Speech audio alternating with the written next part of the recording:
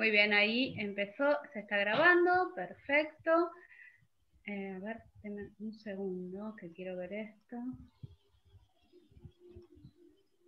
¿Estamos en vivo ya? Ahora sí, ahora ya estamos en vivo, ahí cerré. Entonces me voy a tomar un vaso de agua. Estamos en vivo. Ahora ya estamos en vivo. Hola, buenas tardes. Ahí quiero saber, a ver si sale todo bien. Sí, hola, buenas tardes. Bueno, soy Emilia de Michelis, integrante del Centro Argentino de Arte Textil, una asociación de artistas sin fines de lucro que nos trabajamos para difundir y profundizar en cuestiones relacionadas al textil, pero también en cuestiones que no tienen que ver con el textil o establecer cruces entre diferentes áreas que nos interesan y pensar qué sucede con el textil y con otras prácticas contemporáneas en este momento. En este 2x2, lo que, bueno, están invitados Andrea Mocchio y Alejandro Bobo Taylor. Así que, bueno, ahora les voy a pasar a presentar brevemente y ya les vamos a dar la palabra. Vamos a pedir disculpas porque no se podía establecer la conexión entre... no se podía establecer la conexión entre el Zoom y el Facebook Live, así que bueno, quizás un poco la hora hacía que eso estuviera como un poco lento. Por fin pudimos, así que no nos vamos a demorar más. Me gustaría hacer una breve presentación de cada uno y ya les doy la palabra a ustedes. Bueno, por un lado tenemos a Andrea, que es egresada de la Escuela Nacional de Bellas Artes de la Prilidiano Pueyrredón.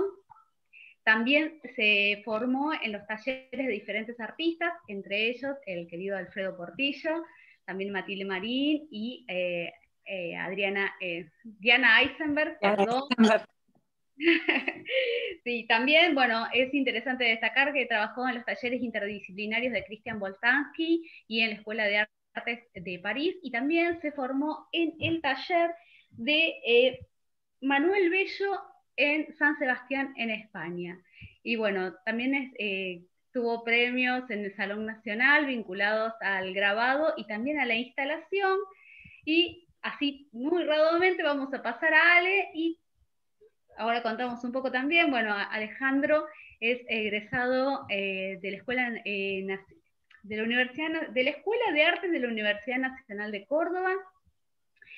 Vive en este momento, que también esto no lo mencioné de Andrea vive en la ciudad de Buenos Aires, en el barrio de La Paternal, y Alejandro está en La Falda, en la provincia de Córdoba, en su casa taller que se llama La Dicha. También, sí, muy, muy hermosa ese lugar. También obtuvo los premios en el Salón Nacional vinculados al textil y vinculados a la escultura. Ha participado en muestras en Argentina y también en Medellín, en Nueva York, en París, en la India. Ha hecho como un recorrido así por diferentes lugares. Y me parecía interesante destacar de ambos también las prácticas colectivas, que en algún momento lo vamos a hablar, en relación a André, que pertenece al colectivo de artistas de La Gran Paternal, y Alejandro también trabaja, estuvo muchos años vinculados a un colectivo que trabajaba, el colectivo arqueológico de los amigos del Museo de Ambato, ¿no? Si mal no recuerdo, y también, bueno, pertenece a una compañía de teatro que se llama La Comisura, no me recordaba el nombre, donde realiza el vestuario y las puestas visuales y escenográficas. Así que bueno, eso es como un breve resumen. Les dejo ahora brevemente la palabra a ustedes y ya después compartimos pantalla y empezamos a charlar un poco respecto a sus prácticas. El tema es ¿quién empieza? ¿Quién empieza? ¿Por dónde? Bueno, primero gracias por la invitación y aparte qué placer estar acá con Ale, Emilia, bueno, y la invitación del CAT.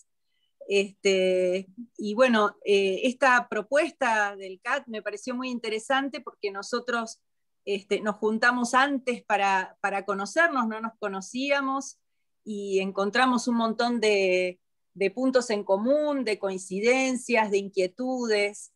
Y bueno, creo que está bueno este espacio para compartirlo, ¿no?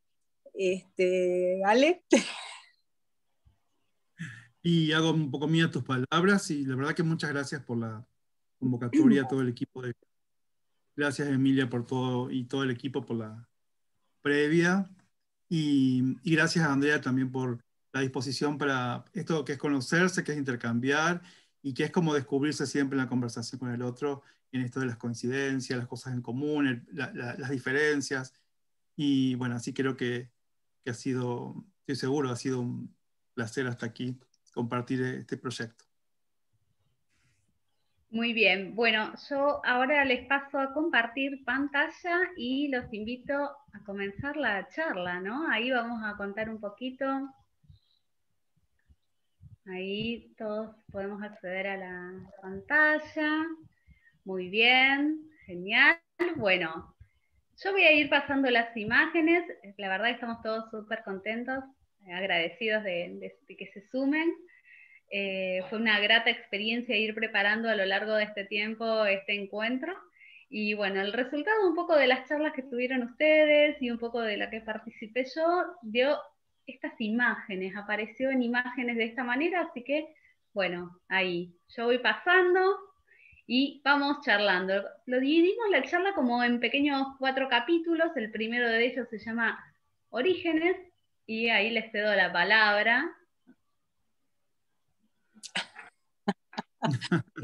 Es maravilloso. Y un poco... Contá. No, por favor.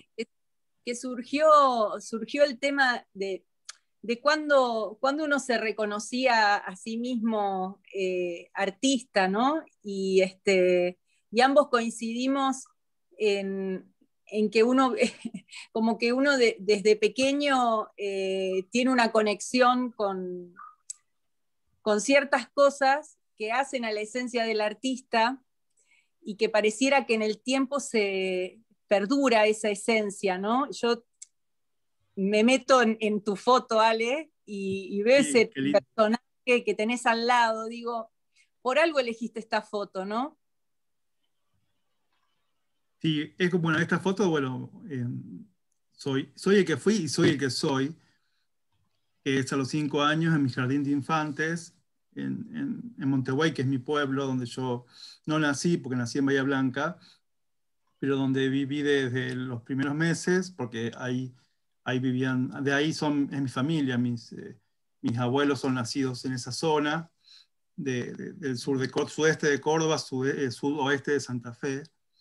Y en ese jardín yo ya había ya experimentado en un espacio que mis padres tuvieron, para mi fortuna, el gusto de enviarme, que era un jardín que se llama un jardín de cultura, donde hacíamos experiencias muy ligadas al juego y al arte. Y después en ese jardín, también, siempre a través del juego, sentir y presentir esta vocación, ¿no? Yo decía ahí que yo quería ser o pintor o carpintero, porque mucho de esto de construir, ¿no? De ensamblar, de clavar maderitas, de armar, bueno, las actividades típicas del jardín de aquella época, armamos un almacén, todas esas actividades prensiles ya me resonaban muy profundamente. Yo creo que ahí son los primeros 7 años, ¿no? Que tienen que nos dan esa base con todo, con sus luces y con sus sombras para lo que después vamos desarrollando. Así que ese personaje de la foto es real, es tal cual, no hay, justamente no hubo puesta, no hubo ni siquiera la corbatita, salió como estaba. Y sí, y ese otro, como vos bien lo ves, Andrea, es muy buena observación, ese otro muñeco, la verdad que sí, que es un símbolo muy, que me identifica esa foto muchísimo, la verdad, por eso la elegí. Buenísimo. A mí me pasa que mirando cosas de cuando era muy, muy pequeña, encuentro, mira, en esta foto, por ejemplo, encuentro esa conexión que uno tiene cuando ese tiempo sin tiempo que pasa en el taller y que está conectado con los materiales y con las ideas de lo que uno quiere hacer, ¿no? Y Mi padre tomaba fotos muy, muy lindas, ¿no? No era fotógrafo, él era médico, pero tomaba fotos muy lindas, con muy linda luz, eso es en Quilmes, y estoy jugando con en un plato lleno de arena, haciendo tortitas, ¿no? Como jugando a hacer tortitas, ese goce que tenía en ese momento trabajando directamente con los materiales es algo reconocible que me perdura en el tiempo cuando estoy en el taller y logro entrar en la frecuencia, porque muchas veces uno entra al taller y no pasa nada, pero hay momentos donde esa magia sucede y bueno, cuando las pantallas digitales me sueltan y logro entrar en esta frecuencia, es maravilloso. Sí, yo creo que es, ese niño que fuimos, que tuvo una infancia con juego, es el que nos permite conectar justamente con el juego, que es crear, recrear, releer, experimentar, correr riesgos, Sí. que es lo que creo que es, más se disfruta y lo que más nivel de conexión requiere y también nos regala, ¿no? Poder como jugar y poder como abismarse a tareas que aún habiendo proyectos, aún uno teniendo un plan de trabajo, no deja de ser una cosa que requiere una cuota de inocencia muy, muy grande, ¿no? Para poder convivir con lo desconocido y con la posibilidad de descubrirse en eso que uno está haciendo. Ahí en esta foto que estaba ahí, estaba con mis hermanos. Acá elegí poner estas 3 imágenes porque somos 4 hermanos, pero al más chico Juan le llevo 11 años, así que mi infancia fue con Darío y con Celia, y que aparte de que fueron mis compañeros de juego, son mis interlocutores desde el primer momento. Y estoy con Zulma Lastra, que fue mi profesora en la adolescencia, sobre todo en la secundaria, en un espacio que funcionaba en Montevideo, que estaba ligado con IMEPA de Avellaneda, que era un proyecto de educación por el arte, Sí.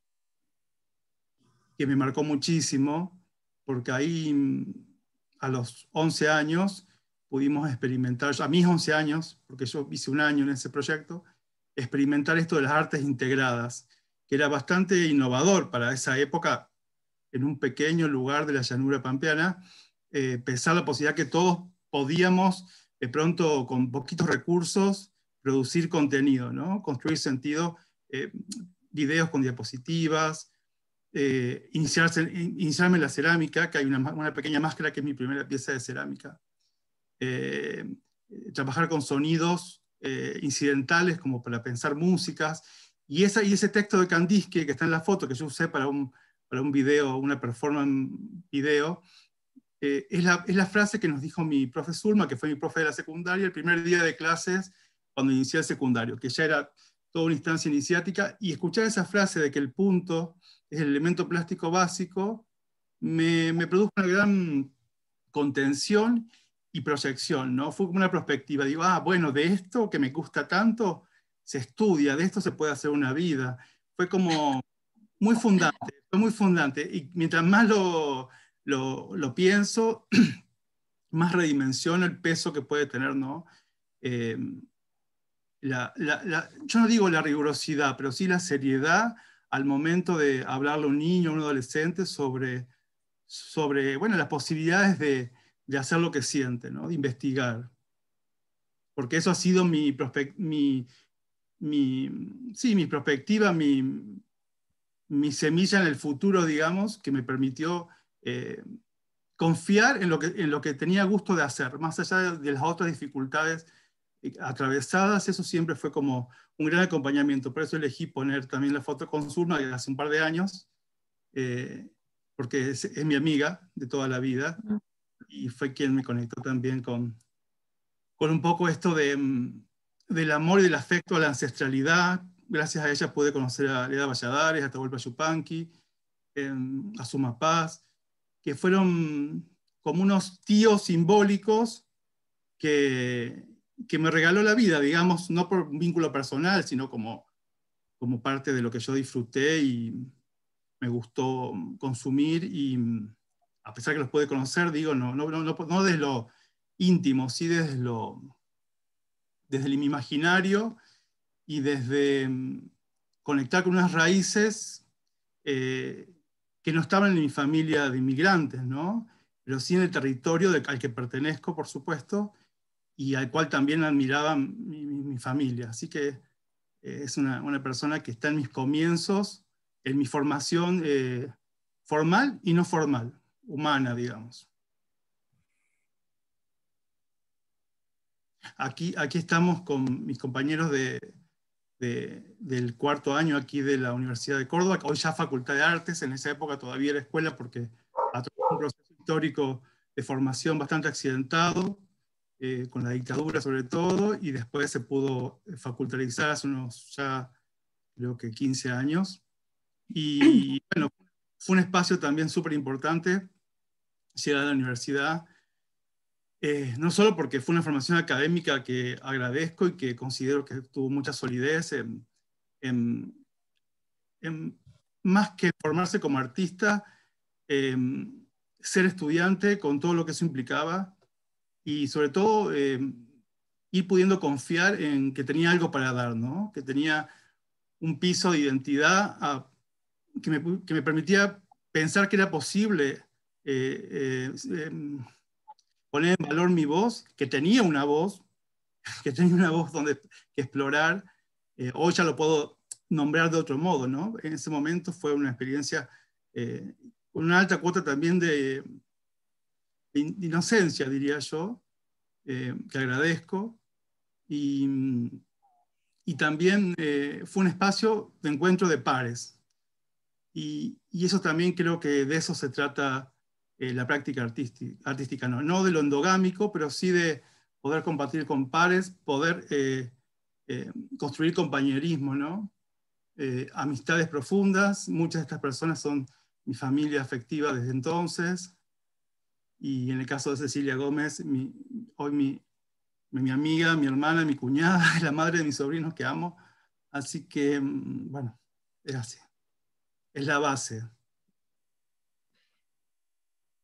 Bueno, yo también reconocerme en mi deseo de ser artista se fue armando como muy de a poquito. En el secundario tuve la bendición de tener a Matilde Marín como docente, y fue quien me llevó por primera vez a Bellas Artes, y me llevó casualmente, no tan casualmente, a un taller de grabado, a conocer. Bueno, yo di un poco de vueltas y bueno, finalmente me decidí. Cuando terminé la escuela tuve la posibilidad de viajar y conocer el taller de serigrafía de Artelecu en San Sebastián, donde me formé en este oficio que es con el cual sigo trabajando, y descubrí una técnica nueva, una técnica maravillosa que es la serigrafía.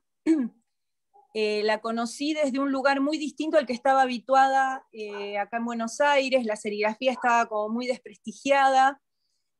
No se podía presentar serigrafía a los salones porque se la consideraba un arte menor, como en algunos tiempos a la cerámica, ¿no? Bueno, cuando me di cuenta todo lo que había aprendido en este taller con Manolo Bello, que era impresor y editor de obra, aprendí un oficio que es el realizar ediciones de obra gráfica, tanto como para mí como para otros artistas. O sea, tuve una formación que siento un profundo agradecimiento, y es la técnica que, cuando estoy un poco perdida en que no sé por dónde seguir con mi obra, es a la que recurro y siempre está la respuesta ahí. No me digan cómo, pero bueno, siempre está la respuesta ahí. Y bueno, no sé por qué llegué hasta ahí, pero para mí la serigrafía es una técnica que me sigue dando mucho, y el agradecimiento a Manolo, que fue mi profesor también de la vida. que dejó la serigrafía para irse a pescar, por ejemplo, ¿no? Se compró un barco y se fue a pescar. Así que tal vez mi próximo paso sea ese, no sabemos.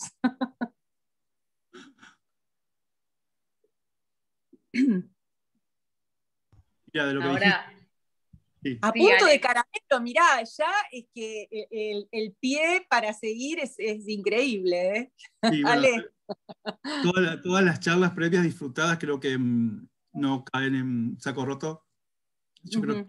que acabas de contar es muy significativo porque yo creo que los materiales como los procedimientos están directamente ligados al origen, a la pertenencia en un sentido mutuo, ¿no?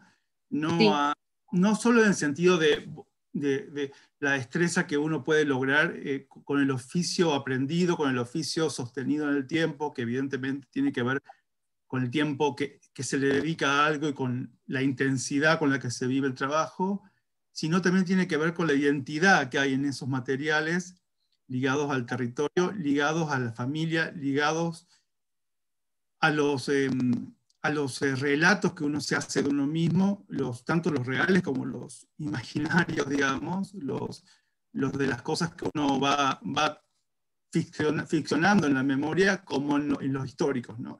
Creo que ahí el diálogo justamente historia-memoria está muy vinculado también al uso de los materiales. Y otra cosa que dijiste, André, que rescato y me identifico totalmente, es que saber reconocer cuál es el material identitario hace que nosotros podemos hacer estos procesos como de reseteo, como de volver a casa, ¿no? sí. Frente a situaciones que son del estrés lógico de la profesión de estar creando y recreando, inventando y autodemandándose, sobre todo pensando en la autodemanda, ¿no? De seguir explorando y generando presencia artística, ¿no? A partir de las piezas, que, que en eso también pienso que hay algo del material que tiene, yo siempre lo observé como una cosa como cercana a lo metafísico, eh, el material que tiene el destino de quedar conformando la obra, ¿no? Porque cuando uno trabaja descarta material, pero hay un material que evidentemente por el procedimiento queda vinculado al objeto, a la presencia de la obra. Y yo creo que el material en ese sentido para mí también es un interlocutor afectivo y espiritual, ¿no? Creo que para mí el material es también tema en sí mismo, es contenido en sí mismo de lo producido, tiene cosas para decir siempre, tiene cosas para aprender del recorrido que hizo y que comienza a hacer, ¿no? En ese fetiche que es la obra artística, que es ese lugar donde nos agarramos para no estar sueltos en el mundo, demasiado sueltos, y que proponemos a la comunidad para que también lo use de fetiche, sea una canción que es inmaterial, o sea un tapiz, o sea un libro, o sea la forma que adquiera, ¿no? Que cobre esa expresión. Sí, y aparte, bueno, es interesante, de, digo, en las coincidencias de muchas cosas en las que estuvimos charlando. Por eso me parece toda esta charla que tuvimos previamente, ¿no? Eh, que llegamos como a lugares comunes, como de dónde, cuáles son los materiales que uno elige para trabajar. Si bien nuestra obra es muy distinta, y yo no me considero artista textil siquiera, o sea, como tampoco me considero grabadora, no soy grabadora, yo no sé nada de grabado, sé de serigrafía, si querés te puedo hablar de serigrafía, pero de grabado no sé nada, no me formé siquiera en grabado, pero ¿de dónde viene digamos, la elección de los materiales, esa conexión? Y encontramos puntos en común de reutilización de materiales cercanos, como vos, Ale, me hablabas de obras que hiciste con pedazos de ropa de gente querida, o que yo trabajo con no sé, guías telefónicas, trabajé mucho tiempo, las guías que son un material de descarte que siempre está a mano, siempre estaba a mano y no, digamos, algo completamente hogareño, o los libros de mi padre, ¿no? de medicina, que me cedió mi madre cuando murió y para que yo hiciera algo con eso. Es interesante encontrar esos links entre tu obra y mi Sí, obra, no sé.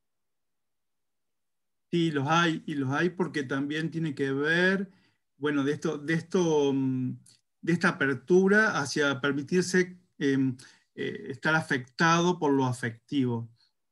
Es como un juego de palabras que tiene pertinencia porque no se puede una cosa sin la otra, ¿no? La necesidad también de formar parte, ¿no? Del mundo, y los materiales son eso no humano con tanta carga humana, porque los conocemos a través de nuestros vínculos, de nuestra base familiar en principio, como decís, y después la realidad siempre la realidad te abre el escenario más perfecto para tener insumos para trabajar, ¿no? El presente siempre es como la plenitud, ¿no? Todo acompaña, como que todo va madurando en la medida que uno también se abre a eso y puede madurar con esos hallazgos, ¿no? Porque los Ujú. materiales tienen de encuentro, pero también asociado a esto que contás de las disciplinas de origen. No hace falta que de pronto uno se sienta parte del paradigma escultórico para hacer escultura, más allá que después yo me formé como escultor académicamente, pero yo ya tenía una impronta escultórica de antes. Por supuesto que formarme y tener docentes idóneos y apasionados me permitió entender más y conectar más y bueno, y ser un escultor en un sentido profesional y poder desarrollar un oficio, pero esa impronta es como muy identitaria. Yo creo que tiene que ver con cuestiones que acompañan, bueno, que los acompañan, vaya a saber de dónde y de cuándo, y después que es poder reciclar, ¿no? Poder reciclar y poder tomar del entorno, eh, vuelvo al niño, ¿no? Con lo que encuentra cerca, con lo Sí, primero que encuentra. sí. Ahí pasó una foto que estoy más contenta que un perro con dos colas, con una agarrada así a una prensa de Papelera Palermo. Yo trabajé muchos años en Papelera Palermo, que era acá justamente, era un lugar donde se hacían productos. Yo armé el taller de serigrafía para hacer producción. Y justamente mi formación es Bellas Artes y cómo todo lo que uno hace por fuera también del arte, digamos, todo lo que uno es, donde trabaja cuando no está en su taller, porque la mayoría de los artistas trabajamos de otra cosa. Todo eso puede ser un capital para generar ideas y hay que mirarlo. Yo siento como que digamos, es algo que ya encontré como un mecanismo para tomar de esos espacios y poder aplicarlo de alguna manera en mi trabajo, ¿no? Pero a veces lo hago, digamos, inconscientemente y a veces, como en Papelera, que para mí era como estar en Disney. Tenía guillotinas, prensas, encuadernadores a quien preguntarle cosas y haber transitado por ese lugar y haber trabajado en ese lugar, me hizo poder generar después trabajos en otras dimensiones, donde se requiere mucho de logística y de cálculo de rendimientos de los materiales, tal cual como si uno tuviera que trabajar en producto, ¿no? O en producción. Siempre Claro, de la mano de la serigrafía, ¿no? Pero bueno, nada, revalorizar eso, ¿no? lo que uno es por fuera también.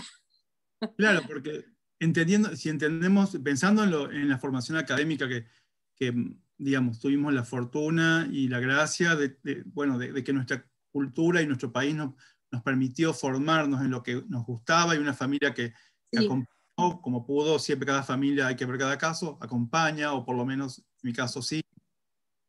Yo creo que hay estas experiencias que, pensando, no digo lo académico, como esto del capital social, ¿no?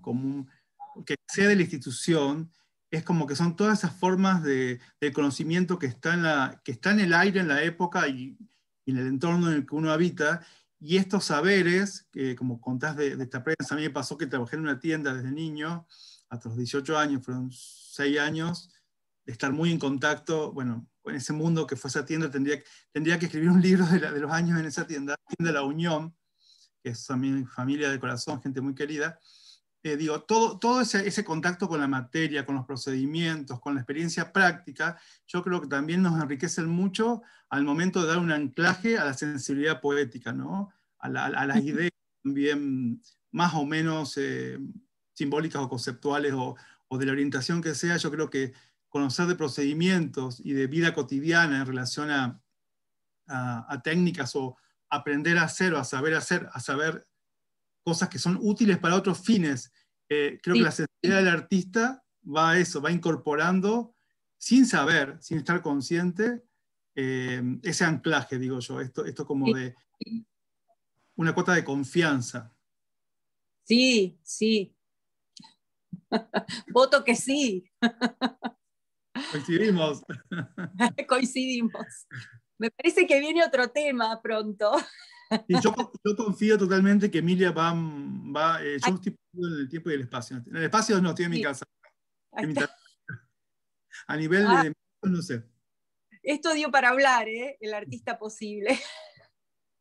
Sí, de hecho salió de la charla. Sí. Que somos el artista posible. Sí. Bueno, entiendo eso de posible, hago este comentario nomás, relacionado a una resignificación, ¿viste? Como que el lenguaje todo el tiempo nos regala la posibilidad de nombrar cosas, a veces por la negativa o por la positiva, pero cuando uno habla de lo que puede, yo trato de pensar que es el ámbito donde puedo desplegarme, y no donde es el límite de una impotencia, ¿no? Entonces yo creo que ser lo posible es como un estado de realización, o sea, realización gradual, pero vamos siendo lo posible como artistas. Sí, y todo lo que uno hace también para poder ser artista, para poder sostener en el tiempo, porque el artista, o sea, uno no solo en este país, pero nosotros vivimos en una, digamos, en una lucha por sostener y poder sostener ser artista. Por momentos estás exponiendo en un lugar hermoso, y por momentos tenés que volver a solucionar cosas muy del día a día, y bueno, es un ejercicio también para el ego, es un ejercicio para... Lo que sí es importante es que la pasión hace que uno pueda sostener en el tiempo, y qué es lo que nos guía también, ¿no? Porque digo, ¿qué me llevó a mí a viajar a España sin un mango, con un paraguas, vendiendo pendientes por la calle? Y bueno, la pasión de querer estudiar serigrafía y poder estar un tiempo ahí, aprender todo lo que pueda. Creo que no tenemos nada. ¿No? Se está cruzando una comunicación de otra persona, me parece. Te llaman desde España. ¿Alguien te llama? ¡Ay! ¿En serio? ¿Quién? ¡Qué susto! Sí, totalmente eso que decís, porque tenemos... sí, yo creo que esto se liga directamente, pensando en esto que charlamos, y que se puede seguir charlando con todas las personas que nos escuchan.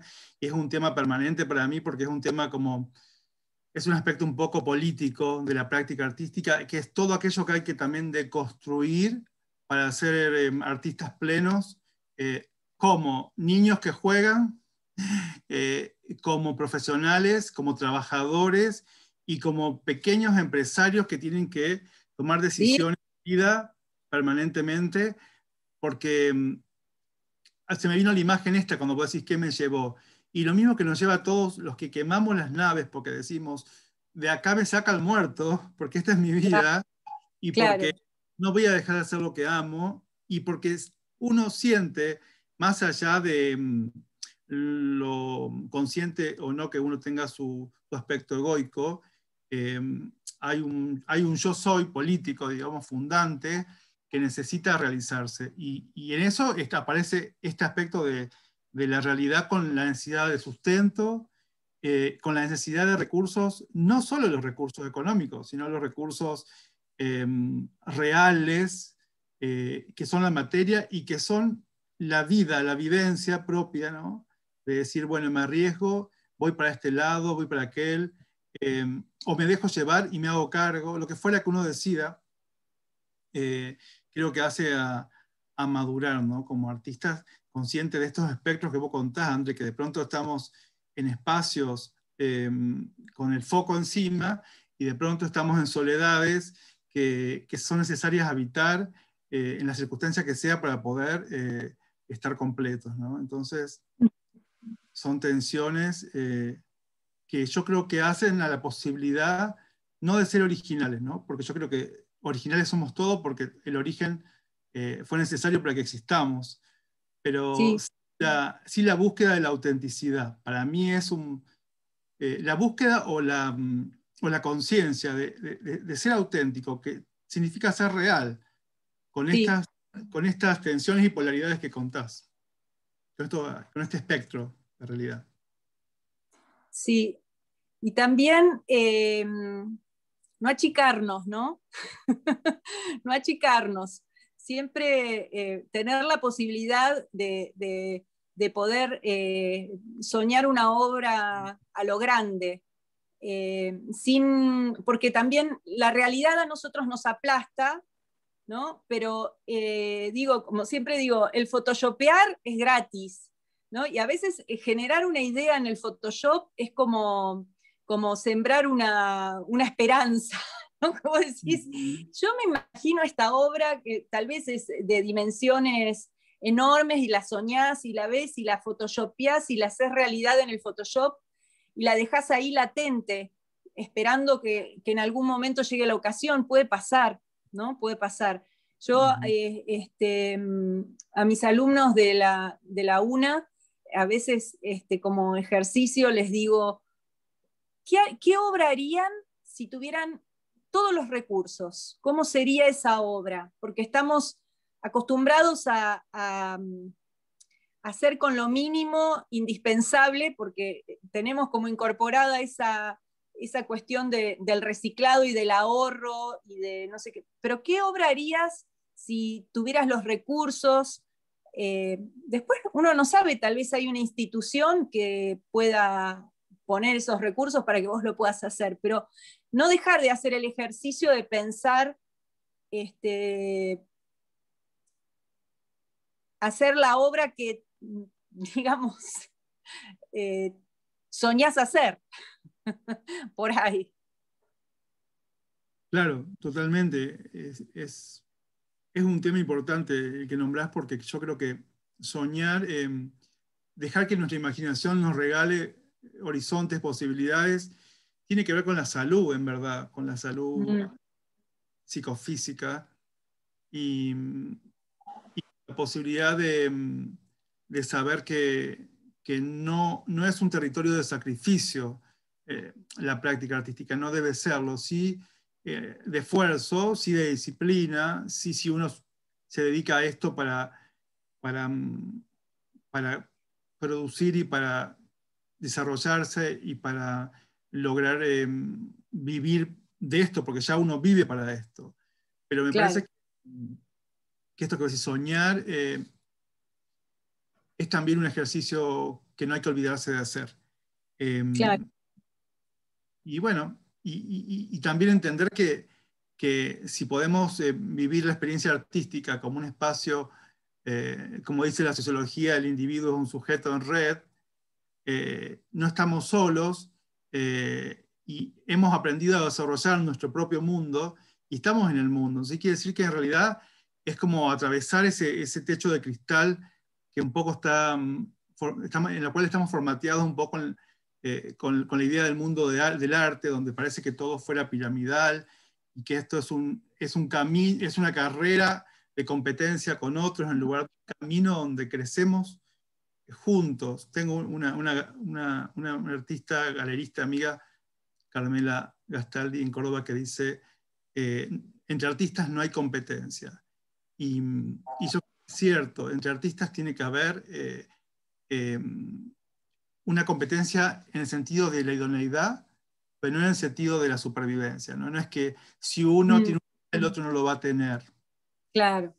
Hay lugar para todos. Y hay lugar porque en realidad nadie está pisando el espacio del otro. Estamos en el espacio de nuestra propia identidad, nuestra propia voz, nuestra propia autoría, y es el único espacio a desarrollar realmente. Lo demás me parece, tiene que ver con aspectos de la sociedad que justamente el artista, cuando logra, que es un proceso, ¿no? No es que uno lo logra por diga, cuando logra como superar como mandato, yo creo que está eso que Jung dice, el artista educa a la época. Creo que el artista puede lograr poner en evidencia que nadie tiene que dejar de ser para que otro sea, ni estar para que el otro esté. Buenísimo. Se viene el artista y el territorio. Ya llegamos a ese etapa. Ya llegamos, mirá. Ya llegamos al... ¿Qué tiempo llevamos? Porque yo no tengo idea del tiempo. No, estamos bien, así que tienen acá como para desplegarse. Muy bien, muy bien. Y a mí lo que digamos, me interesó de esta filmina, el tema de personalmente descubrir que en estos últimos años personalmente estuve muy en contacto con gente del barrio, ¿no? Surgió casi como naturalmente el encontrarnos los artistas de la Paternal, y se fue generando una red.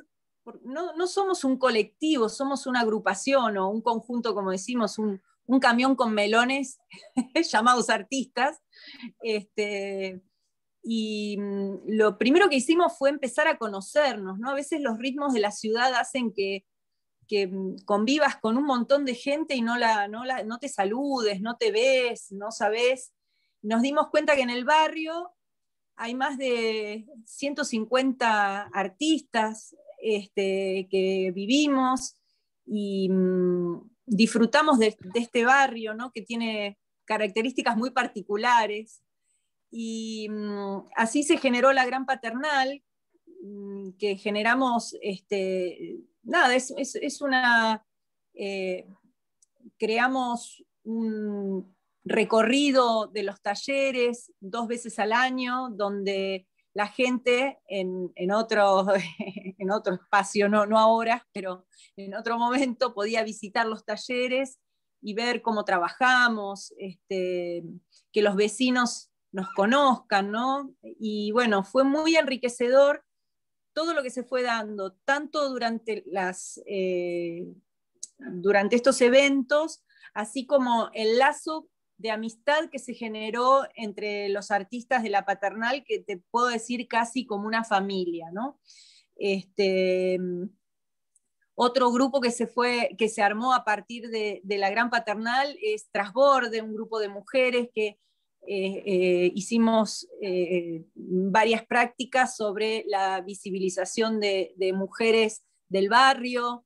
Hicimos un mural contando un poco mujeres, no sé, o activistas o científicas que digamos, son señoras que vos las ves comprando en la panadería y que son personas muy grosas, que han hecho mucho aporte y lamentablemente las paredes del barrio solamente están cubiertas por Diego, ¿no? Que, bueno, que en paz descanse, pero dar lugar también a otras cosas que suceden en el barrio que también son importantes. Y esto de la pandemia hizo que nos uniéramos más, que justamente nos preocupáramos más por estar unidos y por generar cosas en el barrio. Sé que Ale también trabaja en eso, ¿no? Sí, primer reflexión de artista y territorio se me viene esto de pertenecer a un territorio, ¿no? La pertenencia, en el sentido de pertenencia. Haber crecido, haberme criado, haberme formado o deformado en un espacio geográficamente circunscripto como es un pueblo pequeño, o sea, Sí. de 10.000 habitantes, pero cuando yo me crié tenía 3.000, 4.000, 5.000. Y tener esa ascendencia de campesinos de muchas generaciones, el sentido del territorio y la gente del territorio lo tengo muy, muy en la matriz, ¿no? Entonces, para mí saludar al otro o vincularme, o yo recuerdo como un dato un poco esquizofrénico, pero yo me acuerdo cuando yo trabajaba en la tienda y yo tenía entre 13, 14, 15, 16 años, más 17, yo salía también a llevar pedidos o a cobrar cuentas, y yo en un momento me di cuenta que no había nadie que yo viera en la calle que no sabía quién era. Siempre había o el conocimiento directo o una referencia. Ese es el hijo, el padre, el abuelo de... Y esa es como mi base relacionada con el territorio, que es estar muy, muy tejido, pensando en lo textil, muy atravesado, muy entramado por la presencia de los otros, un poco quizás primero más polarizada, ¿no? Con la referencia personal más, un poco más autocontenido, más, ¿cómo decir? Había como una disociación entre lo público y lo íntimo. Pero cuando decidí venir a vivirme a La Falda, hace 25 años, pude como hacer como como decir, una experiencia, otra experiencia territorial, de insertarme en un territorio y procesar aquella experiencia y hacer otra, que es también esto del compromiso con el territorio, de la gratitud con el territorio, con la comunidad. No porque la comunidad te lo pida, sino porque uno empieza a entender que la comunidad es cada uno y que aquellos que uno pudiendo hacer no lo hace, no digo que hay una especie de deuda, pero sí hay una posibilidad y una responsabilidad, una oportunidad. Todo acto de empoderamiento es una oportunidad. Y a mí me pasó aquí, yo había terminado mi tesis en el año 99, y fue un momento donde un museo arqueológico empezó a entrar en una crisis propia de los museos arqueológicos que tienen que ver con colecciones, con activaciones patrimoniales muy meritorias, ¿no? Pero que están formados en una situación bastante accidentada, colecciones que fueron privadas, muchas lo siguen siendo, no debería, porque colección es un concepto de dominio público, de investigación pública, de patrimonio social, de bien cultural. La cuestión, en síntesis, porque es una historia larguísima, yo sentía ahí que por mi formación y por esa sensibilidad que yo tenía hacia lo ancestral, lo profundo, ¿no? De nuestra cultura, conectado con todo esto que les contaba, con Yupanqui, con la voz de Mercedes que está ahí atrás, su carita que siempre me acompaña, yo tenía una posibilidad, que es comprometerme. Y así fue, fueron 14 años de intensa militancia, ante todo callejera, para visibilizar un problema institucional, judicial. Fueron 14 años también de bastante pasarla mal, ¿no?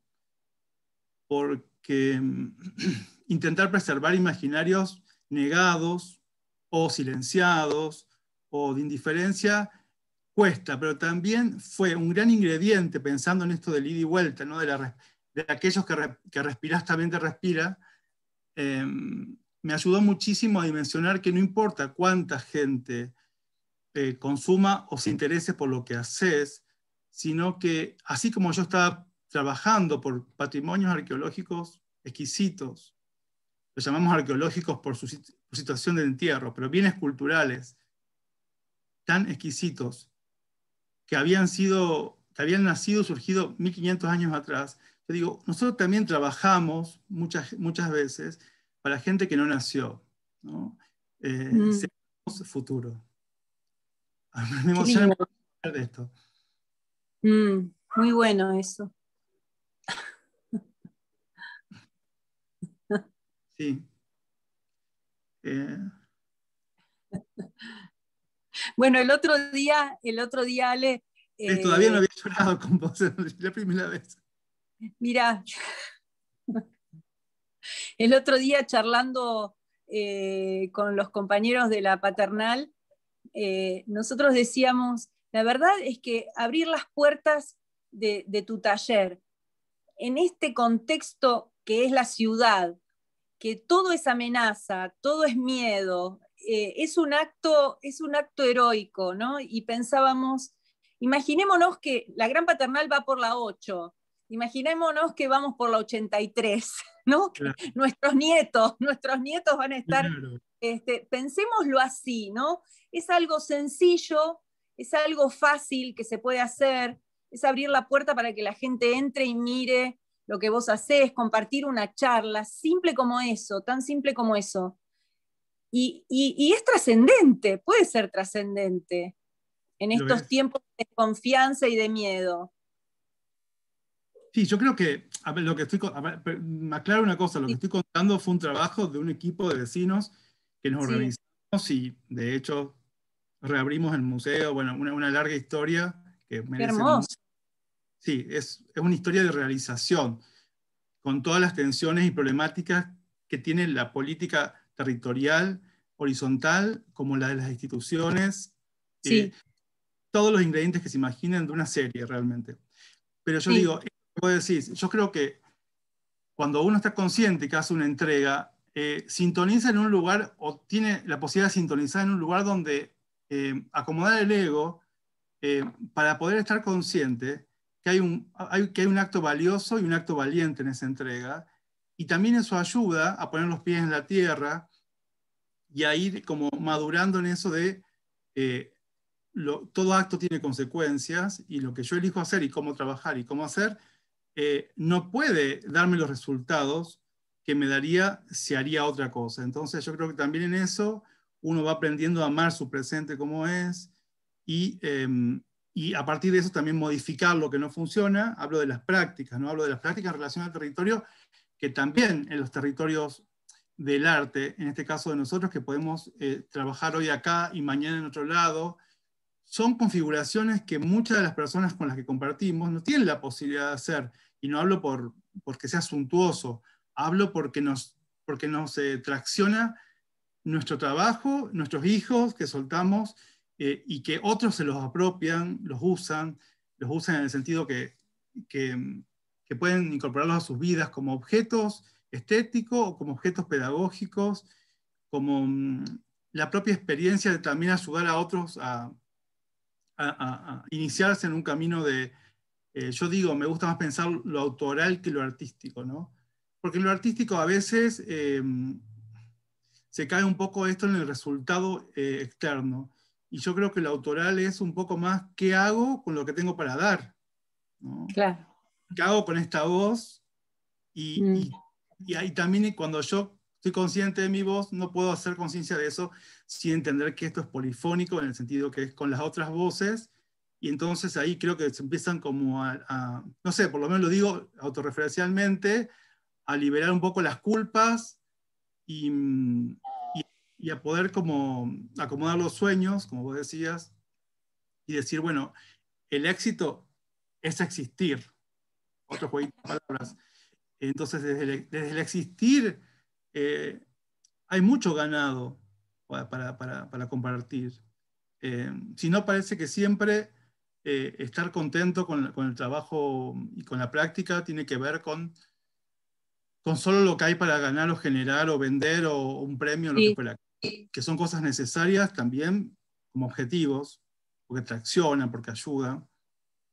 Pero bueno, el territorio es como un poco todas esas configuraciones que nos va regalando estas relaciones, a veces más parecidas a las relaciones sociales, pero a veces con mucho de afecto, con mucho de fraternidad, o como le queramos llamar, empatía. Empatía, sí, totalmente. Empatía más que fraternidad, empatía. ¡Wow! ¡Qué jugosa esta charla, ¿no? Espero que sea la más Todas las jugosa que de las... tuvimos, como todas las que tuvimos, ¿no? Yo me he quedado siempre como muy, muy contenta de este intercambio, ¿no? De compartir estas nociones. Sí, aparte el tema del territorio, viste que pone un poco en jaque esto que Sí. todo nos pasa a los artistas, que pueden decir, bueno, uno vive en un lugar, pero tiene que ir a otro a exponer o a otro. Sí. En el caso nuestro de Argentina es imposible no considerar Buenos Aires como un punto de referencia, vivas Claro. o en el caso de las capitales como Córdoba, pero digo, hay un poco ahí esto de también de cuando uno aprende como a convivir en su territorio de pertenencia más directo, esto del centro y la periferia, ¿no? Que en todos los lugares Sí. pasan cosas, que en todos los lugares hay calidad de sensibilidad y de estética, que es como escuchar el territorio, ¿no? Mira, en la última Gran Paternal, que fue la número 7, claro, decíamos, ¿qué vamos a hacer? Porque en plena pandemia, ¿cómo? Y surgió así charlando y decíamos, si el barrio fuese un museo, ¿qué museo sería? ¿No? Entonces generamos, dijimos, bueno, hay que salir a la calle y generar cosas que sucedan en la calle y cambiar la mirada del barrio, ¿no? Cambiar la mirada de cómo conectamos con las cosas del barrio. Y tiene también un poco que ver con eso que decís, ¿no? Cómo nos involucramos con el espacio que habitamos. Y la mirada del artista también ayuda, creo, también a desempañar algunas miradas, me parece. Sí. ¿No? Sí, porque ahí hay una cuestión con el territorio que digo que tiene que ver con, a veces, como en las formaciones académicas que hemos tenido, que son también un poco bisagra entre las tradiciones y entre cosas que van empezando a pasar en las instituciones, esto de la función social del artista. Y a veces uno se autolimita, a veces quizás por miedo a la frustración o por malas experiencias, o experiencias no del todo, como decir, realizadas, se autolimita en entender que uno tiene mucho para dar en su entorno inmediato, para aprender también, por supuesto, pero sobre todo para esta cosa de que todos somos espejos, ¿no? Y esto de abrir el taller, como pasa en las ciudades, como pasa acá también, siempre suele haber proyectos de cada vez más del valor de entrar a un espacio donde se investiga desde un lugar artístico, que es una Claro. forma de investigación que tiene otras consecuencias en el imaginario del que la experimenta, el que la ve. Que hay otras productividades, aparte de la productividad que ya conocemos, Claro. y que así como se entiende eso, también se puede comprender o se puede como sembrar la semillita de que en todo lo que usamos y somos, también hay arte. Hay un saber hacer que viene de generaciones, en todo hay creatividad, en todo hay decisiones poéticas, y no para que una cosa suplante a la otra, sino yo creo que tiene que ver con la calidad de vida, y Sí. eso pacifica la relación del ser con el tener, ¿no? Que es tan necesario. Está muy bien. Muy bien. ¿Qué piensas, Yo Anita? ahora voy a hacer como Sí. una pequeña intervención. Ahí, bueno, Sí. primero para los que están escuchando, si quieren enviar alguna pregunta, nosotros después desde acá las canalizamos, algunas breves preguntas.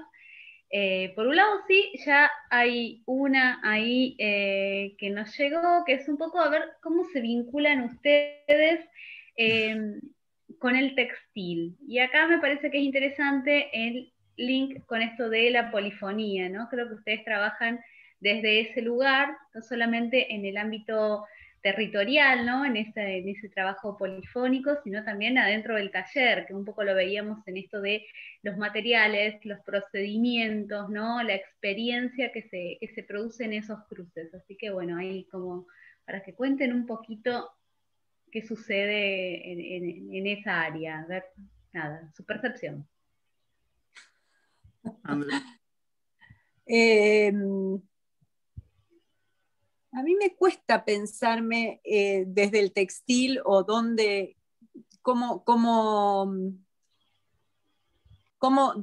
dónde hacemos esa conexión. Eh, lo que sí sé que siempre estoy como generando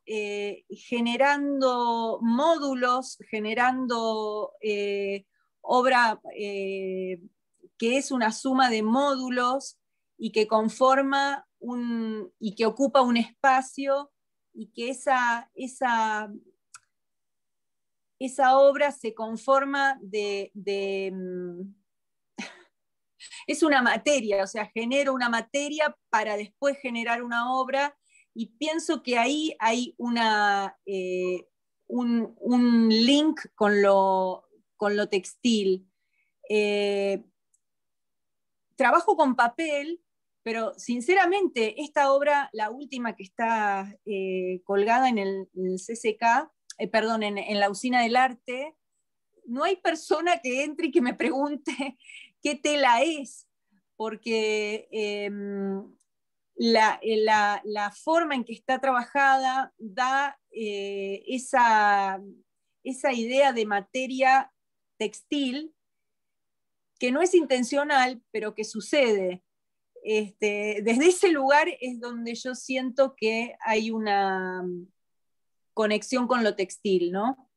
Pero no es, así como en el grabado tampoco, digamos, busco, o sea, no soy grabadora y no me siento grabadora, hago serigrafía y busco la serigrafía no desde la imagen, que es lo que estamos acostumbrados a trabajar la serigrafía como imagen, sino que la utilizo como un medio para pegar materiales en forma seriada, como estos trabajos, como son estos trabajos. Rumbeo hacia el textil sin ningún querer. Así que no sé lo que me deparará la obra, pero en algún momento creo que algo va a pasar con el textil, porque siempre estoy como merodeando ahí sin llegar a hacerlo. Sí, yo creo que respecto a esto yo diferenciaría un poco esto cuando hablamos de arte textil y de lo textil. Me parece que Sí. En lo textil encuentro el sentido paradigmático de la omnipresencia de la tecnología textil, que es lo primero que en la prensilidad no sé si del Homo sapiens o cuál instancia de la especie, logró al unir dos fibras vegetales o dos Sí. fibras animales. Y yo creo que hay una cosa desde ese precedente ancestral. Hay un desarrollo histórico donde lo textil, cuando lo empezamos a ver, está en todo. En el sentido, está como en la matriz de nuestro imaginario. Si uno piensa cómo se trama una pared con ladrillos o con piedras, a toda la tecnología, hasta la espacial, en todo está lo textil. Y después está el arte textil, que yo creo que es un momento, es un recorte, ¿no? Asociado al arte y asociado a la estética artística, también unos lenguajes que evolucionaron sobre todo en las sociedades más ligadas a la tierra, a lo rural, y donde en un momento, y luego también en la industrialización, por supuesto, pero yo creo que en un momento del siglo XX aparece ahí como la necesidad de dejar de invisibilizar esos lenguajes como otra cosa que no arte, y hay una política de reivindicación, entonces aparece lo de arte textil. Pero yo creo que en esta instancia de las prácticas y de las políticas públicas y de todo lo logrado por los artistas que trabajamos con materiales o lenguajes o relaciones explícitas con lo textil, yo creo que ya empieza a ser lo textil como una cosa, como todo, ¿no? La poética, la estética, lo tecnológico, la referencia antropológica, como que va siendo una cosa que es transversal. De hecho, estamos aquí a través de las redes, estamos en una época de redes, entonces hay algo como muy loco, que si nos obsesionamos, vamos a ver cómo ese módulo, no sé, de conocimiento está en todo. Respecto a la propia producción, me pasan dos cosas muy concretas también relacionadas con esto del territorio. Es como entender que esos materiales heredados o comprados o regalados por mis vecinos que saben que trabajo con telas y llegan bolsas con los más disímiles elementos, Qué lindo es. son portadores de memoria, ¿no? Que como que hay algo ahí de significante que a veces, sin controlarlo por supuesto, me gusta que eso construya sentido, como va a construir sentido con el espectador cuando haga una lectura que yo estoy imposibilitado de hacer por mi historia o porque soy el que está ejerciendo el lugar de autor, como esas coautorías que aparecen en la mirada de quien ve y quien lee un trabajo. Creo que ahí también está lo textil. Y también en el insumo de esa dramaturgia que yo no construyo para mis figuras, mis criaturas, mis personajes, que es esa identidad que a veces viene muy incidentalmente de una referencia de un vecino, de un taxi al que me subí, de la tía no sé de quién, que le pasó tal cosa, de algo que se dijo en la radio, y también ahí para mí aparece algo que se trama en la obra ahí, que es la información, que llega de modo absolutamente incidental, y que uno puede tejerlo, puede coserlo, incorporarlo en la identidad de la obra, en lo que uno elige nombrar de la obra. Mira, ahora que hablas de esto, me pasó con las guías de teléfono, que cuando empecé a trabajar en esas obras, al guillotinar los papeles, encontraba una trama oculta en esos papeles, que eran los teléfonos y las direcciones de las personas, que nos interrelacionábamos de alguna manera en esa textura que se generaba al guillotinar las guías. Y curiosamente las guías, sobre todo de determinada época, tienen, por ejemplo, en el 2001, el papel se descontinuaba. Las guías de teléfono, de golpe tenías que venía al guillotinarla, venía el papel con un color y un peso, y la otra mitad de la guía con otro papel totalmente distinto, más rígido, más barato.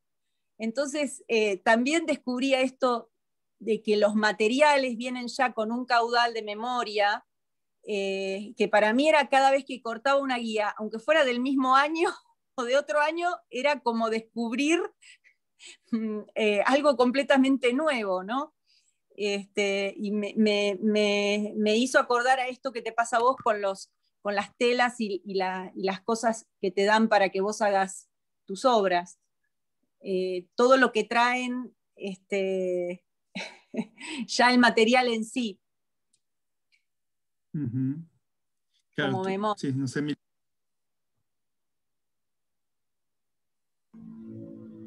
bueno, por otro lado, bueno, hay un montón de saludos y de reconocimientos por la charla, les encantó todo lo que fueron contando. Muy bueno. Sí, así que sí, muy lindo, después lo van a poder también ver probablemente en las redes luego de la charla.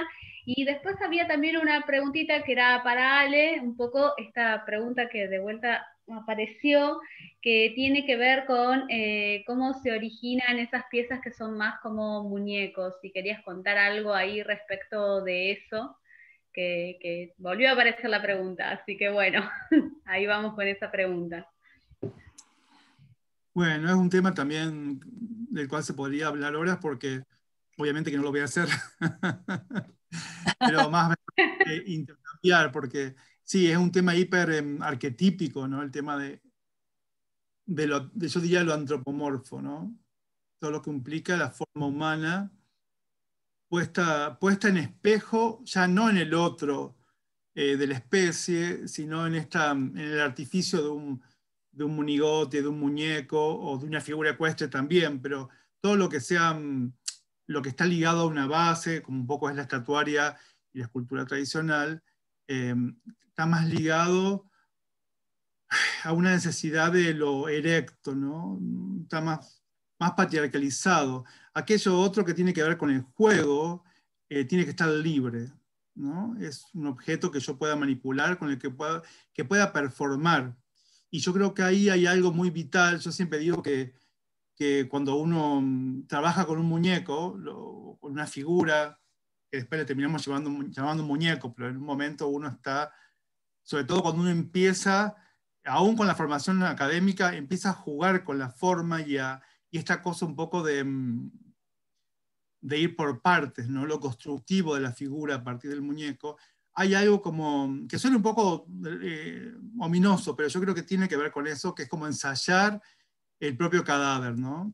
Esto de la condición mortal asumida en la construcción de una figura que uno busca animar, como los chicos animan las figuras cuando juegan, ¿no? Las animan y después las dejan ahí muertitas. A ver, yo sé que conozco gente que no, que sobre todo amigas, porque los niños no teníamos permitido tener muñecas o muñecos. Yo le agarraba la de mi hermana, por supuesto, jugábamos, mi hermana me compartía sus muñecas. Y muchas veces le tapan los ojitos, porque la carga anímica que tiene un muñeco es muy poderosa. O sea, a partir de esa base fue siempre un juego y a su vez una experiencia muy ligada a lo escénico, a lo teatral, yo digo, con esta dramaturgia al revés, ¿no? Yo no hago un muñeco que sé quién es, sino hago un muñeco que después me cuenta quién es y quién soy yo en relación a él. Y creo que hay algo de eso también de lo textil ahí, como me acuerdo con mi mamá en una época daba vuelta ropa de grandes y nos hacía ropa a nosotros, que era una práctica muy, muy rural, muy común. El otro lado de la tela estaba nuevo o bueno y el otro lado usado. Y hay algo de eso también en esto de todo lo que se moviliza en la construcción de una figura, cuando uno también se permite dejar que haga sentido el proceso y un poco también lo que comenta Andrea recién, lo que decíamos de la memoria de los materiales que te regalan un montón de información, a veces conocida y a veces invisible, pero que se percibe y después se verifica en la relación que otros desarrollan con esos objetos. Sí. Mucho, pero acá interrumpo. Un montón para seguir hablando, por supuesto. Y lo que me parece, bueno, otra pregunta que está ahí como dando vueltas es el vínculo de Andrea con la espacialidad, ¿no? Porque ahí sí entra también esto que hablábamos hace un rato respecto de la polifonía, ¿no? El trabajo con otros, ¿no? El pensarse en ese territorio que es el de la propia obra, pero para poder realizarla, ¿no? Los vínculos que necesitamos ir construyendo y tejiendo, así que bueno, que cuentes un poco de ese proceso que es hermoso. Con respecto al espacio, fue la posibilidad de trabajar en el espacio a mí me permite darle sentido a la obra. Es como que la obra se conforma en ese espacio. sino es un juego, mientras tanto es un juego de taller. Entonces, la elección del espacio y lo que me motiva a mí generar el espacio es lo que termina de darle la identidad a la obra. Yo siempre digo, hay veces que uno genera cosas y no sabe bien por qué, al menos como a mí me gusta, como en esa foto que estoy jugando con la arena, esa cosa así de mántrica, de estar haciendo algo con las manos para estar en blanco. Muchas veces me encuentro con esa situación de quedarme en blanco, desculando cómo se hizo una guirnalda, por ejemplo, como me pasó, de estar horas y horas mirando cómo se fabricaba una guirnalda y buscar el modo de construirla. Y después de construirla decir, ¿y ahora con esto qué puedo hacer? Y bueno, la voy a hacer en grande. ¿Y con esto qué puedo hacer? Y luego el tiempo solo, hace falta que pase un poco de tiempo para que aparezca la oportunidad de darle sentido a esa obra en determinado espacio, como me surgió en el Correo Central, cuando Ana María Battistosi nos invitó a participar a algunos artistas de las salas que ya estaban vacías del correo, que no, digamos, el correo como un espacio obsoleto, poder intervenirlo, y todo ese ensayo y ese juego que hice tiempo atrás cobró sentido en esa espacialidad y en ese lugar, ¿no? O sea, y mágicamente siempre de la mano de la serigrafía, ¿no? La serigrafía me permitió pegar en forma secuencial papeles y descubrir que podía generar volumen, una técnica que es gráfica, que se usa en la industria también, tiene un montón de respuestas a ideas que tengo dando vueltas, no sé, es así.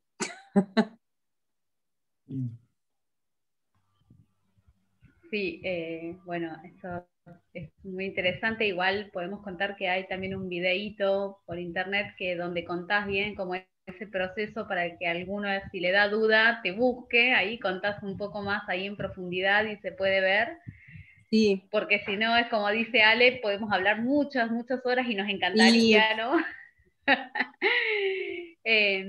Pero bueno, igual para todas las que están viendo y quieran ver más material de ambos hay en las redes y subidos a la web en general, así que está bueno un poco de continuar esa investigación por otros caminos.